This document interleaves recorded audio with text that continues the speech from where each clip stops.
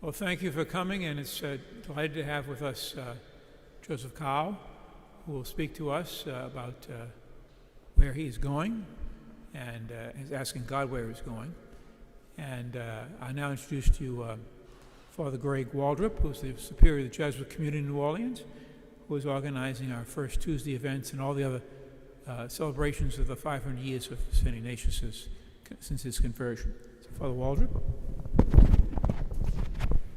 Thank you, Father McGinn, and welcome to all of you. It's wonderful to see. I see some returning faces, so it's great to have you back with us for the third in this series of First Tuesdays in honor of the Ignatian year. And as Father McGinn just said, in May of last year, 2021, we celebrated the 500th anniversary of the wounding of St. Ignatius, which was the event that led to his ultimate conversion and everything else that he did from there. And so the theme of the Ignatian year is appropriately that of conversion. And its motto is to see all things new in Christ. And so we decided that we wanted to invite prominent local people here, mainly from New Orleans, from various sectors of life, to speak with us about, well, we left it pretty much open to them in terms of speaking about their own faith journeys, their own encounter with Ignatian spirituality. And so today we are very, very happy to welcome An Joseph Cow, who is the former congressman from here in New Orleans. He served in Congress from 2009 and 2011. And I'm particularly delighted to welcome him since I've known him for more than 30 years now. He was, for several years, a member of the Society of Jesus, and I was even his guardian angel in the novitiate. So it's great to welcome him here to this beautiful church for this third in the series, and his talk is entitled, Vado, God, where am I going? A question I think that many times all of us ask.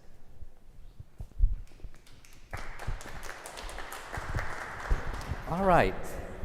Well, thank you very much, Father Waldrop, for the very nice introduction, and I'm very honored to be here and to share with you my faith journey. But I'm going to change my topic just a little bit from the brochure, and I will share with you the faith journey of two people, one of which is mine, which will be the second part. But the first part will be the faith journey of my mother. And the reason why I share her faith journey with you is that my own struggle with my own faith is very much intertwined with hers. And the reason is that the person central to my life was my mother. She was born in North Vietnam in an age where females were not allowed to be educated. So she only had received a third grade education, and what she learned was very much she taught herself through the help, of course, of possibly my father. But she was born in an age where it was extremely difficult to be female. They were not allowed to be educated, and they were confined to doing household chores. And being the oldest of 8 children, the second oldest of 8 children, the oldest female, her priority, her main chore was to take care of all of her siblings along with the rest of the family. When the communist forces took over North Vietnam in 1954, my mother, along with many members of my family, were forced to move down south because we were Catholic. And of course, hearing of the atrocities caused by the communist government against people of faith, I know that one of my great uncles was killed by the communist regime. And because of that, that's why my mother, along with the rest of her family, fled down south. And in the south, she met my father, and they got married, and they themselves had 8 children, of which I'm the 5th of 8, and the oldest male in my family. In 1975, when South Vietnam was about to fall to the communist forces of the North, my mother then decided to send 3 of her children to the United States with relatives. Her only 2 boys and my older sister, who at that time was 14, I was 8, and my younger brother was 4. My mother decided to stay back in Vietnam to wait for my father to return home so that they can leave the United States together. Well, unfortunately, my father did not get home in time. He, being a South Vietnam military officer, was arrested by the communist government and was put into what they term as a re-education camp. It was pretty much like a concentration camp. And for 7 years, he was tortured and kept in captivity.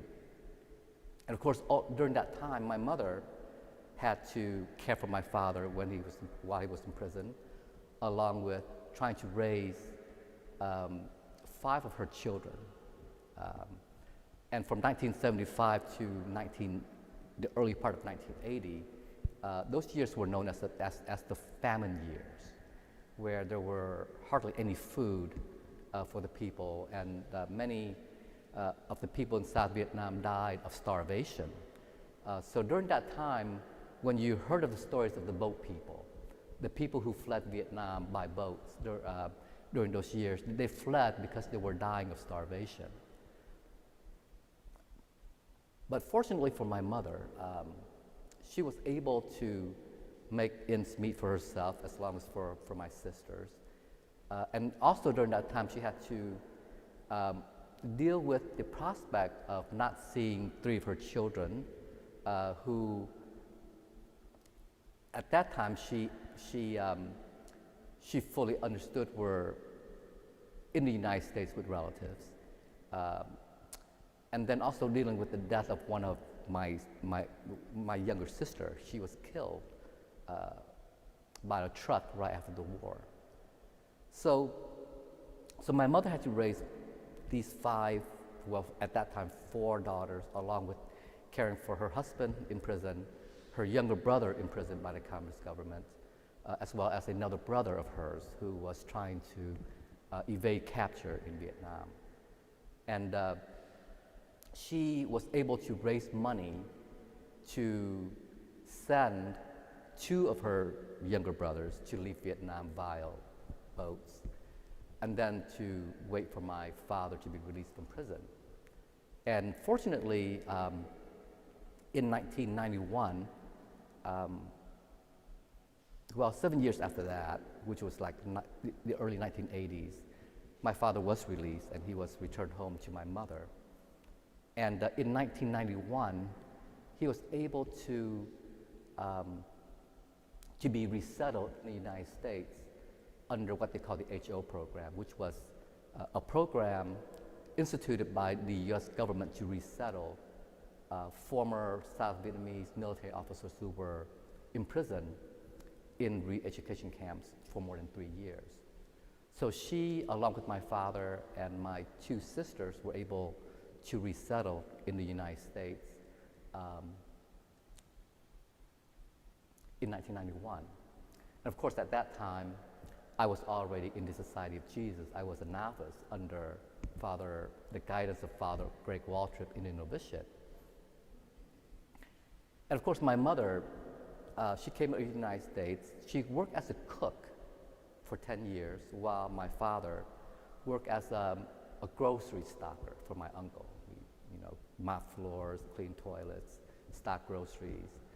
And they were able to save enough money to buy a little house in Houston. and then eventually they moved to New Orleans to live with my younger sister. And then my father became ill, and then my mother had to take care of my father for a very long time. And then my mother then became ill. She, unknowns to her, she had tuberculosis that ate into her spine. And for a while, she had to recover from spinal surgery, had to learn how to walk again, doing things that we take for granted at the age of in her early 60s. She had to do that. And of course, after that, she had to take care of my father, who eventually passed away right before my re-election in 2010. And then after that, she got ill and became bedridden, and eventually died 3 years ago. And of course, I look at my mother's life. Of course, it's a life full of suffering, and I cannot recall of knowing anyone who has suffered as much as my mother. And of course, during all of this time, I was dealing with my own struggles with faith, and I often asked my mother, I said, how were you able to overcome all of your struggles and all of your suffering to be able to survive and to live and to thrive? And her answer to me was very simple. I believe in an all-loving God. And so for my mother, her faith journey, where was she going? Well, she didn't really question that. At least to me, she did not really question that. She believed that an all-loving God was leading her life, leading her to a better place, and eventually that everything will work out okay. I, on the other hand, I'm a fairly educated person. As I share with you, I came over here when I was 8, raised by an uncle, lived in Goshen, Indiana for 4 years. And at a very early young age, I wanted to be a priest, a Catholic priest, because I was raised in a very Catholic family, traditional Vietnamese Catholicism with all of our rituals and with all of our quote-unquote beliefs. And I was influenced by my grandmother, who was very devout Catholic, and I remember I would often visit her, sometimes in Chicago, and she would make me sit with her for hours on end reciting the rosary. And at that time, I was only 8 or 9. So just imagine an 8 or 9-year-old kid sitting with a grandmother for like 5 hours straight reciting the rosary. And thinking back, at that time, I really resented my grandmother because I wanted to watch TV, I wanted to, enjoy life a little bit. And I was basically at that point in time in my life, I felt I was being imprisoned with the rosary tied around my neck. But from that, I really grew to have a very close relationship to Mary, who, as I reflect on my life now, really reflects the images of my mother. Because when I think about my mother, I think about Mary. And when I think about Mary, I think about my mother. So growing up, I always wanted to be a priest. I graduated high school in Houston, went on to attend Baylor University, wanting to be a medical doctor. But while I was in college, the thoughts of becoming a priest returned to me, and I decided to make the plunge. So after I graduated from Baylor University, I decided to enter the Society of Jesus at the age of 23. And of course, from a very young age, I felt that God was leading me towards becoming a priest, and I was very confident that I would be a priest in the Society of Jesus.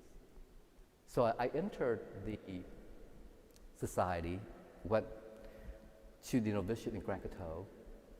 And, like all other Jesuits, we went through 2 years of spiritual training, one of which was the 30-day retreat, in which we tried to find a personal relationship with whomever, whether with Mary, with Jesus, or with God. For me, it was with Jesus. I had a very intimate 30 days journey with a person that I call Jesus Christ. And I learned to establish a very personal relationship with Jesus during those 30 days. And of course, as I go through my Jesuit training, I became to struggle with my own vocation, to question whether or not I was called to become a Catholic priest. And I struggled for 6 long years in the Society of Jesus. And of course, all through this time, I'm keeping asking God or Jesus, well, where am I going? Where are you leading me? Because all through my life, I thought you wanted me to become a priest. And here I am. I'm ready to be a priest. But eventually, the answer came that I will not be a Catholic priest. I left the Society of Jesus in 1996 while I was teaching philosophy down here at Loyola University. And at the age of 29, I had to start my life all over again, asking again, God, what do you want me to do with my life? Where am I going? Where are you leading me? And of course, after I left the Society of Jesus, I really had this plan to eventually become a politician, believe it or not. And my first step was to go to law school, to get married, to have children, and to build a house in New Orleans East where there's a large Vietnamese American community where I can get my votes, at least my first votes. So I had all of these things planned out for the next 6 or 7 years of my life. And believe it or not, all of those steps, all of those plans actually fell into place. I got my law degree from Loyola. I married my wife, who I'm still married with, and her story is also something very special. I first met her while I was teaching catechism down here in New Orleans. Only spoke with her once, and my question to her was, what was the Holy Trinity and how can you explain it? Of course, she explained through the usual Baltimore catechism answers, which at that time she was only a senior in high school. But after I left the Society of Jesus, I was thinking, well, if I were to marry one person, who would that be? And the thought of this girl came up, that if I were to marry anybody, it would be this one girl that I met 5 years before, which I've never spoken with her since then. And the reason why I came to New Orleans to attend law school was to hopefully find that girl again. Not knowing whether or not she actually still lived here in New Orleans. I had no idea where she was. So I came back to New Orleans, attended a Marian festival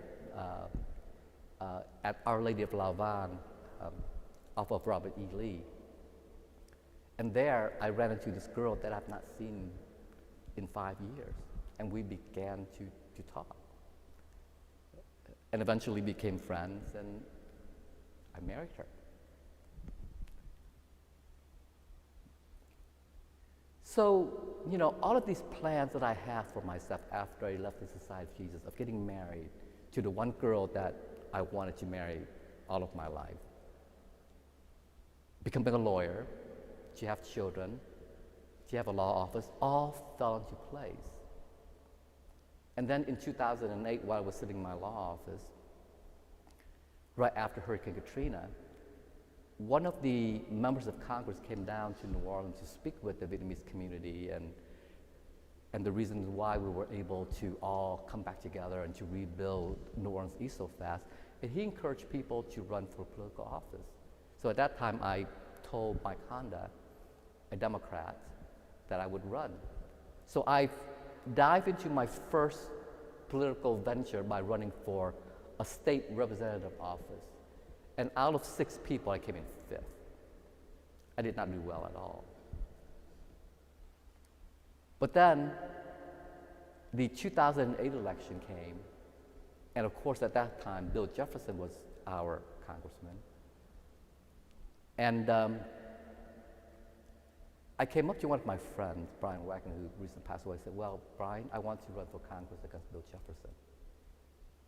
And he looked at me and said, well, how are you going to do that? So I told him my plans of how we were going to do this. And the odds of me winning the seat was like almost 1,000,000 to 1. 10 things have to happen. Everything had to fall into place perfectly in order for me to win. One of which, the election date for my own race has to be moved out from the day where we were also electing the president, which at that time had Barack Obama as the Democratic candidate. And for me to win as a Republican, Asian, in a black district, my own race had to be taken out of that date. And believe it or not, Hurricane Gustav came and moved the election date, my election date, after the presidential election. So a race at which the odds of me winning was like 1,000,000 to 1. For me to win it, everything had to fall into place, came together for me. And I was so convinced that this is God's doing. This is God's will. This is God's willing in my own life. So I was able to serve for 2 years in Congress.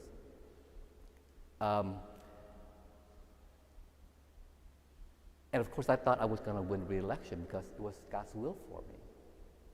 You know, I firmly believe that I was chosen. Well, maybe that might not be the right word, but was led to that place. And unfortunately for me, I lost re-election. And I was totally devastated because I was so certain that there was divine providence that led me there. And how can now divine providence fail me? So I left Congress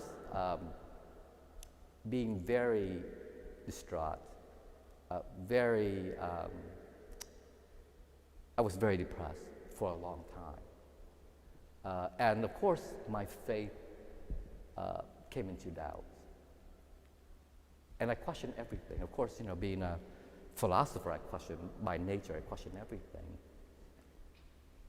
You know, I questioned the existence of God, I questioned divine providence. I questioned whether or not anyone was actually leading me in my own life. And of course, I still have that struggle. And for the next 10 years, I struggled to try to find what is God's will in my life. The only thing I know is that I'm called to public service. In what capacity, I don't know. So I dabbed into running for Attorney General, which I failed. I dabbed into running for the U.S. Senate, which I also failed. So all these failures started to pile up on me on a road which I thought was being led by divine providence. So I struggled with my own faith. I struggled with the whole notion of what is it like to be Catholic? What is being Catholic mean? What does that mean? What is divine providence? What does all of that mean? What does all that imply? Is there a God, and whether or not God exists, whether or not this all-loving God that my mother so firmly believed in is the same God that's leading me? And if you ask me, do you love God? I just tell you, well, I don't know. Because I don't have a personal relationship with God like I do with the person that I call Jesus and the person that we call Mary. I have a personal relationship with them. I know who they are. They came in the image of my mother. They come in an image of the people, at least with Jesus, of the people that I met in the Society of Jesus. I know who they are. I can feel them. I feel the love for them. I can touch them. So I have a feeling for them. So if you were to ask me, do I love Mary? I can say yes.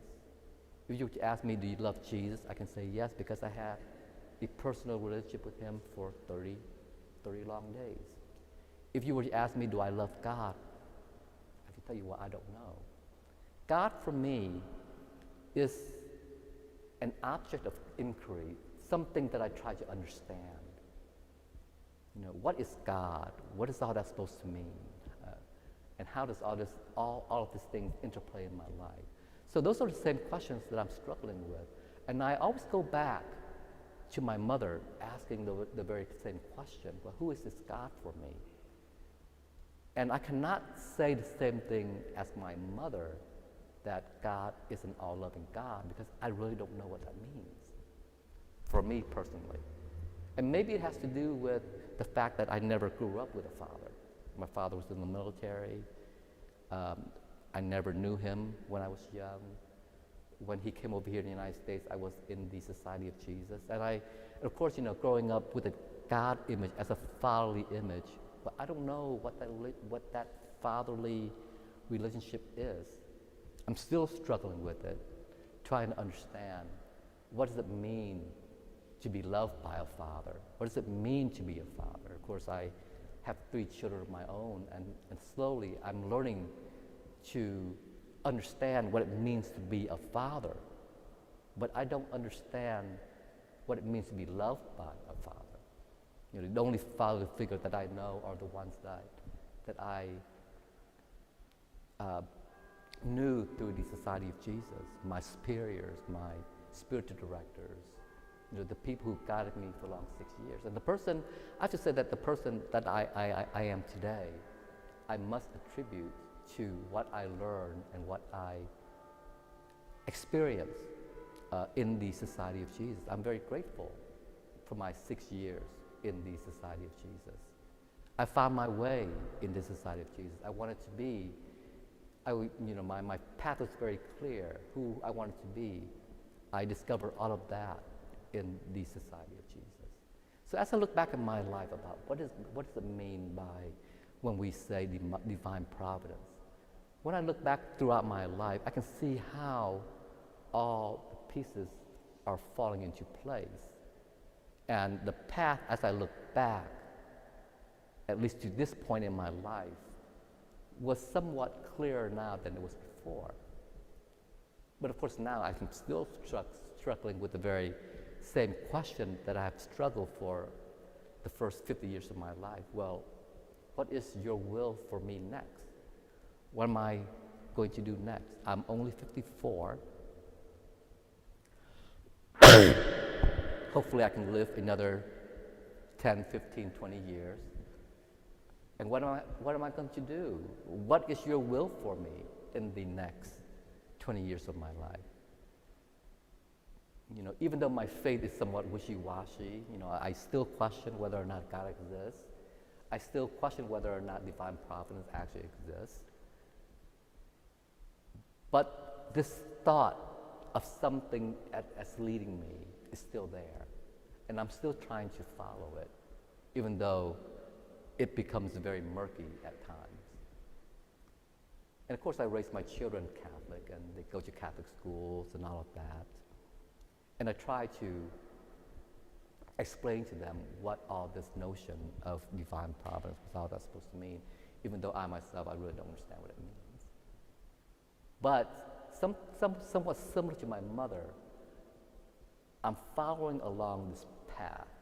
I'm following along this pull, walking blindly at times, believing that maybe in the end, it will all be for the best. even though my image of God might not be the same as my mother's. But I believe that our faith in this entity that is leading us throughout our lives, for me, at least, that's the very question that I still have for me personally. I still question every day, where am I going? Where are you leading me? Even at times, I'm not sure whether or not this entity that I think is leading me, whether or not he or she actually exists, you know? So I have all these faith struggles that I go through, trying to understand myself, trying to understand what it means, what is the notion of God, what is religion, what is spirituality, what's all that supposed to mean in my life? And I struggle with that, continue to do that every day of my life. But again, I do believe that there is something out there leading me, and I continue to follow it. Hopefully that one day I can finally say, you know, my task is done. Can I finally rest and say, you know, I've done your will, and please don't ask of me anything else, you know. With that, I'd open up the floor for any questions that you might have.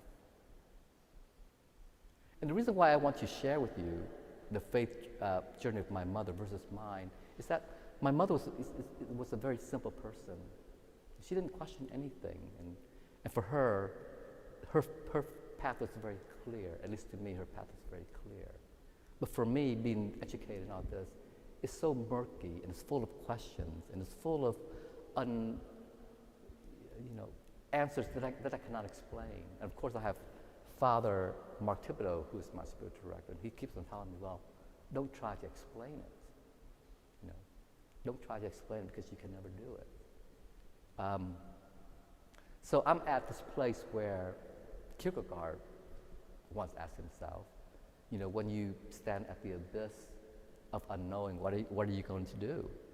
Well, his answer was to take a leap of faith. And of course, I try to do that, but there's something always trying to hold me back, you know, force me to question and force me to deal with all of these things that I can never answer. So that is my faith journey, you know, a journey that's very murky, a journey that is full of unanswered questions, and at times for me, very fearful. I don't know what I'm going to do next. I don't know where God is calling me next. And my greatest fear is to do absolutely nothing for the next 10, 15 years of my life. That is my greatest fear. So I continue to struggle with the question, and I continue to strive to seek for the answers. Thank you, Mark. Thank you. Thank you.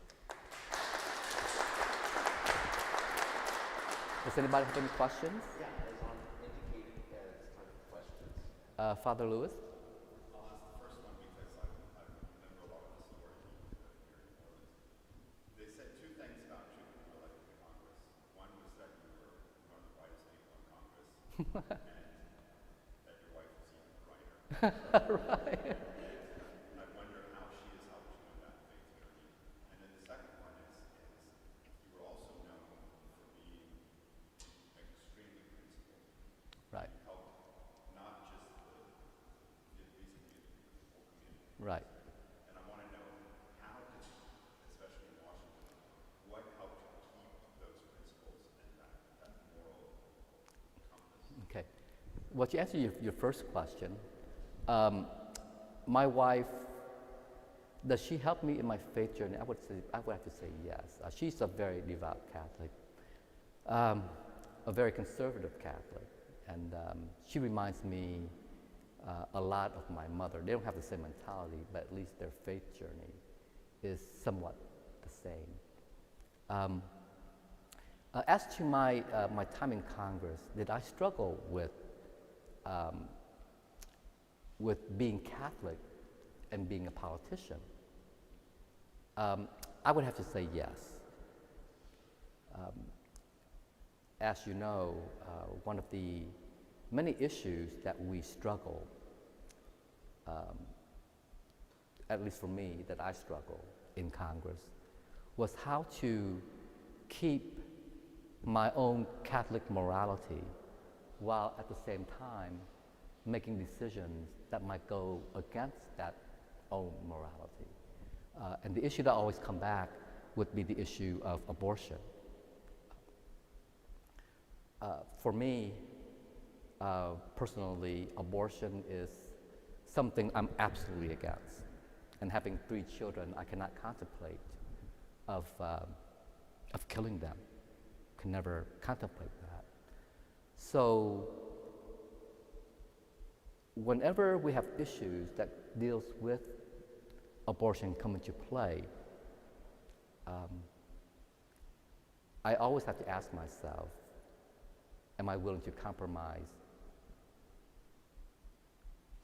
that moral issue that I consider to be uncompromisable? And of course, one of the biggest votes in Congress that I took was the Affordable Health Care Act, which comes to be known as Obamacare. And when I was in well, there were 2 parts of the bill. The one House bill that was passed, which I was the lone Republican to vote for it, had what you call the Hyde Amendment. And the Hyde Amendment basically, it does not allow federal funding to go to abortion services or things like that. So with that language being in there, I was comfortable enough to know that if I vote for it, I will not compromise my belief that abortion is something that I cannot tolerate. After that bill was passed, of course, it was defeated. And the only bill that was being pushed through Congress was the Senate version of the bill. And the Senate version did not have the Hyde Amendment language in it. So I went into the vote knowing full well that if I were to vote against it, I would lose my congressional seat. And I couldn't vote for it because it did not have the language that would prevent federal funding to go into abortion. So I ended up voting against the final passage of the Affordable Care Act. And of course, in my re-election, the only race that President Obama was involved in was mine. And he was personally campaigning against me down here in New Orleans. So I lost my seat by voting for my conscience. I was not able to vote for something that would, for me, destroy innocent children. I couldn't do it. So yes, being Catholic and being faithful to my own moral values was extremely difficult in Congress because there were many issues where those forces come into play and oftentimes they were conflicting. And for me though, I had to hold on to my own moral principles, and I was not able to compromise on those principles, whether or not it would cost me my future or not. So yes, thank you very much for your question. Do you think that the President's comments made about the Pope concerning not criticizing or ostracizing people who were for abortion, like our President, former Mary Andrews, who was one of our representatives, and do you think that in any way hinders our thinking as Catholics? Well, I don't know. I don't know the Pope's intentions in trying to issue that statement. I can understand as a pastor, of course, throughout my own Catholic upbringing, along with my own my own faith belief is, you know, an all-loving God is willing to forgive anything if we were able to ask for forgiveness. So I believe that the Pope was trying to leave at least that door open for people like Joe Biden, Nancy Pelosi, who are Catholic but are constantly making decisions to expand issues like abortion. So I can understand as a pastor why he would say something like that. But as for me personally, I don't know, that would be very hard for me, whether or not I would make that very same statement. Because abortion for me is something so terrible that I cannot even comprehend. And it forces me to question of whether or not people who actually support that issue, whether or not they're good people. I mean, I question that, because how can you be good if you're willing to kill? That's and of course it's a conundrum that I constantly trying to make sense of our own society. You know, we protect prisoners, protect felons in jail, and we should do that. It's the right thing to do. But at the same time, we're not willing to protect the unborn, which is something that baffles me and something that I constantly struggle with. So again, I cannot answer your question what is my opinion of the Pope, but for me personally, I'm not sure whether or not I'm able to make that leap. You know, I'm able to bridge that gap. At least not at this point in my life. We've got a couple more minutes. Is there any other questions? Well, I just will ask the final question. Sure. Based on the original title of your talk, and then kind of reacting to what you were just saying here to the questions. And do you ever think about, as someone who is, was in Congress, still, considers public service, still wants to serve, do you also ever ask in your heart about, God, where are we going? Where is the country going? Where is the American experiment going? Where are, are we off track? Or are we simply going through a moment of wilderness? Or maybe it's not wilderness, it's just like your own experience of going through what you think is wilderness, but then, well, maybe it's actually God still leading you. Do you take those questions to I do. I do. And of course, the reason why I still struggle with my own personal journey is that I think that I'm still able to make some contribution in trying to at least push this country along the way that I think it should be pushed. And of course, I'm not a very big fan of President Trump, but for one thing that he did do well was to appoint conservative judges to the Supreme Court. And we are again faced with an issue that is very personal to me, and that is the Texas law on abortion, one of the most restrictive in the country. And of course, the very question of where are we going, what are we doing as a country, constantly comes into my mind. Of course, the question of pro-choice and pro-life, even though it's not that simple, I always ask myself that, because I go back to the whole notion of, well, if God is willing to let people make their own choices, even the choice to go against God, then who are we to force other people to go against their own choices? But then I fall back and say, well, we live in a society of laws. We live in a society of rules. We live in a society of what we deem as an objective morality, and that morality must entail some kind of rule of law that would protect innocent life. And if we have to force people to do it, we might have to do that.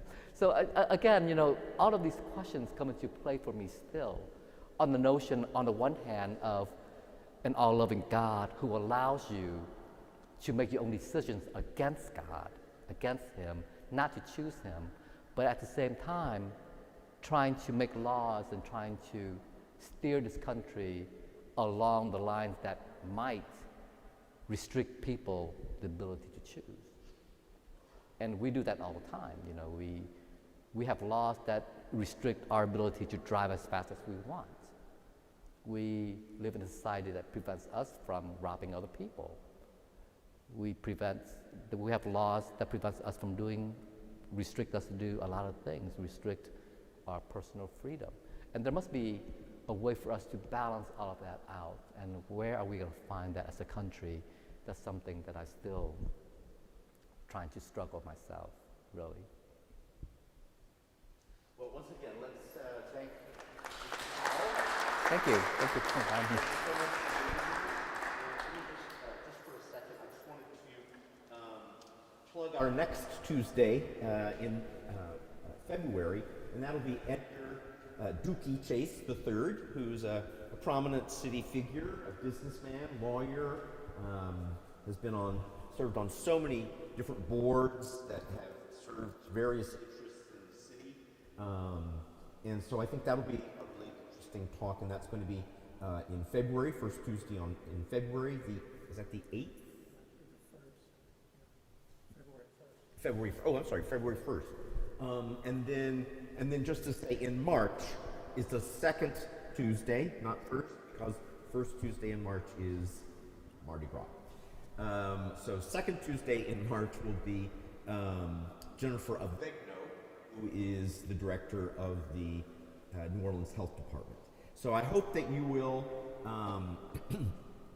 continue to join us, and I want to thank the people also who are online, because I know a lot of people were watching this online today, maybe thinking about Omicron, for example. I'm sure the headline in the Times-Picayune today did not help about the epidemic or pandemic. But so thank you again. For those of you who might be interested in kind of continuing your own journey through actual education, taking a course, doing a certificate program or an actual degree program. One of the co-sponsors of these events, these first Tuesdays, is the Loyola Institute of Ministry, and Tom Ryan is the director of that. And LIM, as it's called, has many wonderful programs and just opportunities to continue to grow as a Christian, as a Catholic, and as someone who also works with others and tries to, in some way, continue the kind of journey that you're on, of asking lots of hard but wonderful questions. So if you have any, if you want to inquire with Tom, he'll be at the back of the church. But thank you again, and hope to see you in February.